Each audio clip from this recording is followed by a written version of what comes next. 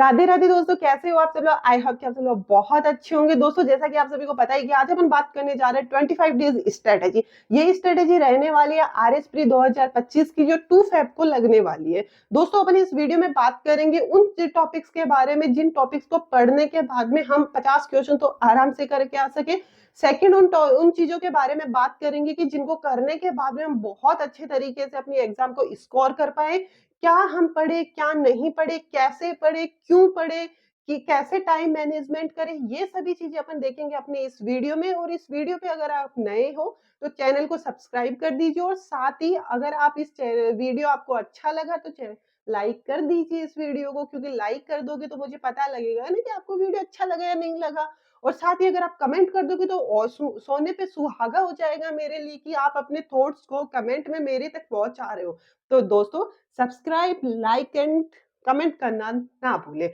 अब मैं आप सभी को बता देती हूँ कि दोस्तों, है ना, आप सुबह सुबह उठते तो हो, खाने की सबको जरूरत पड़ती है, तो खाने के टाइम पे आप पीवाईक्यूज को खाइए ना। क्या 1 महीना ब्रेकफास्ट नहीं करोगे तो कुछ लॉस होने वाला? आपका कुछ नहीं होगा।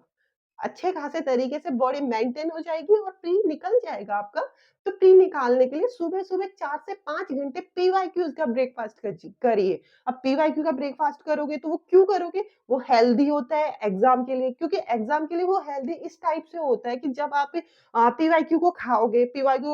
आपको पता लगेगा कि अगर एक क्वेश्चन को खाओगे तो उसमें 4 चीजें आपको एक साथ देखने को मिलेगी। वो 4 चीजें ऐसे देखने को मिलेगी कि मतलब 4 ऑप्शन जो पीवाईक्यू के होते हैं एक क्वेश्चन के, उनको एक क्वेश्चन से 4 क्वेश्चन आपको कंप्लीट होंगे। पहला जो क्वेश्चन है उसका आंसर आपको देखने को मिलेगा, 3 ऑप्शन जो बचेंगे उनका एक्सप्लेनेशन पीवाईक्यू में नीचे देखने को मिलेगा। तो और साथ ही आरपीएससी का एक ट्रेंड रहा है कि वो हमेशा से 50% प्लस जो क्वेश्चंस होते हैं वो पीवाईक्यू में से ही देखने को मिलते हैं। जैसे चारों ऑप्शंस के एक्सप्लेनेशन में से सीधे सीधे क्वेश्चन नहीं पूछता है, वो पीवाईक्यू के ऑप्शंस के एक्सप्लेनेशन में से आपको क्वेश्चन देखने को मिलता है। तो सबसे पहले आप ब्रेकफास्ट करिए पीवाईक्यू का। सेकंड चीज आपको ये करनी है कि आपको एक, है ना, अपना सिलेबस लेना है।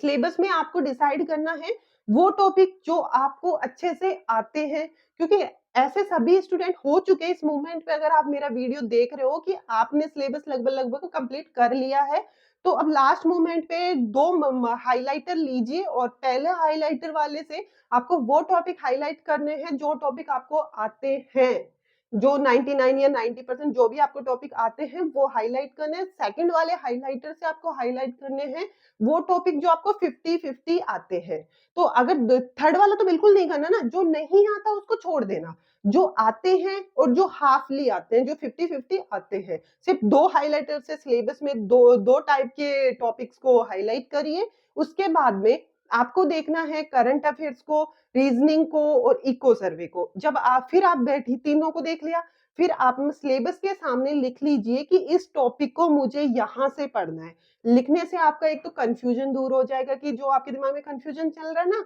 यार मैं राजस्थान हिस्ट्री यहाँ से पढ़ लूँ, यार मैं इको सर्वे यहाँ से पढ़ लूँ, यार मैं पॉलिटी यहाँ से पढ़ लूँ, तो ये सारी चीजें कंफ्यूजन आपकी हो जाएगा दूर। सिर्फ आपको इतना ही करना है, आपको जो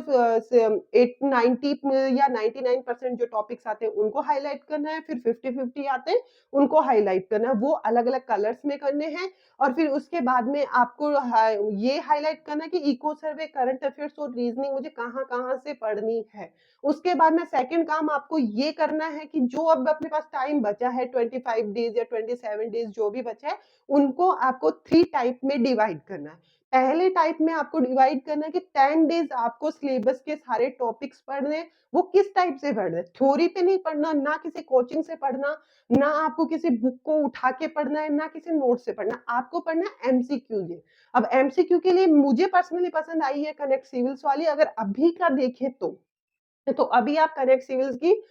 एवरी सब्जेक्ट की पीडीएफ प्रिंट आउट करवा लीजिए, या फिर अगर आपको ऑफलाइन मिले तो आप ऑफलाइन ले लीजिए। तो उनको फिर आप एवरी सब्जेक्ट को वन डे करके सारे टॉपिक्स को कंप्लीट करिए। फिर उसके उससे ये होगा कि आपको जो क्वेश्चन पढ़ोगे तो उसके एक्सप्लेनेशन में, जैसे राज्यपाल का टॉपिक दे दिया तो राज्यपाल उस क्वेश्चन के पूरा नीचे एक्सप्लेन करके दे रखा है, तो आपको थ्योरी पे नहीं जाना है। एक ही जगह डबल बेनिफिट है, सिलेबस के साथ साथ आपको एमसीक्यू दोनों कवर होंगे। उनका टाइम डिसाइड कीजिए। अब आप पे डिपेंड करता है कि आप 10 दिन में कंप्लीट करना चाहते हो या 5 दिन में, वो आपकी चॉइस है। टाइम आपको मैनेज करना है, उसमें मैं सिर्फ बता सकती हूँ कि आपके जो बचा हुआ टाइम है उसको 3 टाइप में डिवाइड करना है। सेकंड आपका जो टाइम बचेंगे बीच के मिड के 10 डेज़, उन 10 डेज़ में आपको डिसाइड करना है करंट अफेयर्स, इको सर्वे और रीज़निंग उन तीनों को एक-एक टॉपिक करके आपको तीनों 10 डेज़ में कंप्लीट करने हैं और इस टाइप से कंप्लीट करने हैं कि नेक्स्ट टाइम आपको टाइम नहीं मिलेगा उन क्वेश्चंस को पढ़ने का या उन और अगर आपको सीधा-सा थ्योरी बेस पे नहीं समझ में आ रहा है करंट अफेयर्स, इको सर्वे या रीज़निंग तो आप एक काम करिए रीज़निंग के आप करिए पीवाईक्यूज़ क्वेश्चन जो ओल्ड क्वेश्चन पेपर है चाहे वो किसी भी एग्जाम का हो बट रीजनिंग का क्वेश्चन हो तो रीजनिंग आपको वहां से करनी है इको सर्वे के लिए आपको क्वेश्चन से कवर करना है क्योंकि जल्दी कवर होगा आपका टाइम बचेगा करंट अफेयर्स को भी जितना हो सके आप क्वेश्चन से कवर करिए और क्वेश्चंस के साथ ही आप उनके मल्टीपल टाइम टेस्ट दीजिए तो उनसे वो ये तीनों चीजें तो आपको क्वेश्चन से ही कवर होने वाली है फिर लास्ट के जो 10 डेज बचे उन लास्ट के 10 डेज में आपको करना है फिर से अगेन पीवाईक्यू तो आपको डेली करने हैं 4 4 आवर्स कंफ्यूज मत होना पीवाईक्यू आपको डेली सुबह सुबह ब्रेकफास्ट आपको करना है उसके बाद में जो आप आफ्टरनून में जो खाना खाते हो खाना खाते हो आप उस टाइम पे आपको कनेक्ट सिविल्स की बुक करनी है उसके बाद में आपको जो रात को खाना खाते हो उसमें आपको करंट अफेयर्स रीजनिंग और इको सर्वे करनी है या तो आप इस टाइप से कर लीजिए या आप इस टाइप से करिए कि अपने टाइम को अलग अलग डिवाइड करके रखिए तो ये चॉइस आपकी है बट मैं सीधे से बता देती हूँ कि लास्ट मोमेंट पे सिर्फ और सिर्फ वही सोर्सेज पढ़िए जो सोर्सेज आपको एग्जाम को क्वालिफाई करवा पाए साथ ही आपको सिर्फ वही चीजें पढ़नी है जो एग्जाम की दृष्टि से इंपॉर्टेंट हो उसके बाद में सिर्फ उतना ही कंटेंट पढ़ना है जितना एग्जाम में आए आपको पूरा सिलेबस नहीं करना आपको कुछ भी नहीं करना है आपको सिर्फ और सिर्फ 75% सिलेबस करके जाना है और वो भी इस टाइप से करना है कि उसमें से क्वेश्चन आए तो छूटे नहीं अब आपको सब्जेक्ट स्किप नहीं करना है सिर्फ इंपॉर्टेंट टॉपिक्स पे कंसंट्रेट करना है कि लास्ट मोमेंट में हम कौन से टॉपिक करें टॉपिक मैं स्क्रीन पे दे देती हूँ आपको ये टॉपिक्स लास्ट मोमेंट पे आपको रिवीजन करने हैं फिर उसके बाद में साथ में एक-एक टॉपिक को लेके चलिए, साथ में अगेन बता देती हूँ, सुबह-सुबह आपको ब्रेकफ़ास्ट पीवाईक्यू का करना है, आफ्टरनून में खाना आपको कनेक्ट सिविल्स का खाना है और नाइट में जो आप डिनर करते हो, उस डिनर में आपको कनेक्ट सिविल्स वो सॉरी करंट अफेयर्स, इको सर्वे और रीज़निंग का करना है, तीनों के 3-3 टॉपिक। समझ चुके हो आप? और इन सभी को आपको एमसीक्यू से कवर करना है। रही बात टेस्ट सीरीज़ की, आपके दिमाग में बहुत कन्फ्यूज़न चलता रहता है कि टेस्ट दे, नहीं दे क्योंकि हमें तो बहुत जगह ये सुनने को मिलता है, बड़ी-बड़ी संस्थाओं से हमें सुनने को मिलता है कि अगर टेस्ट नहीं दोगे, टेस्ट सीरीज़ नहीं दोगे तो सिलेक्शन नहीं होगा। तो मैं आप सभी को बता देती हूँ कि इन चीज़ों में कन्फ्यूज़ होने से बेहतर है कि आप लास्ट ईयर प्रीवियस ईयर जो क्वेश्चन पेपर है जैसे 2018 का, 2021 का और 2023 का इनको उठाइए वॉच टाइम में टाइम फिक्स कीजिए जितने हावर्स का एग्जाम लगता है उसके बाद में खुद सामने पेपर का हार्ड कॉपी रखिए और उसको टाइम के अकॉर्डिंग नीचे करिए और उसको टाइम दीजिए ना उसको पढ़िए साथ में पीवाईक्यू भी क्लियर होगा और साथ में आपका टेस्ट भी लगेगा ना तो वो करिए क्यों टेस्ट सीरीज के पीछे भाग रहे हो वही बन गई ना आपकी टेस्ट सीरीज तो पीवाईक्यूज को टेस्ट सीरीज बना के टेस्ट दीजिए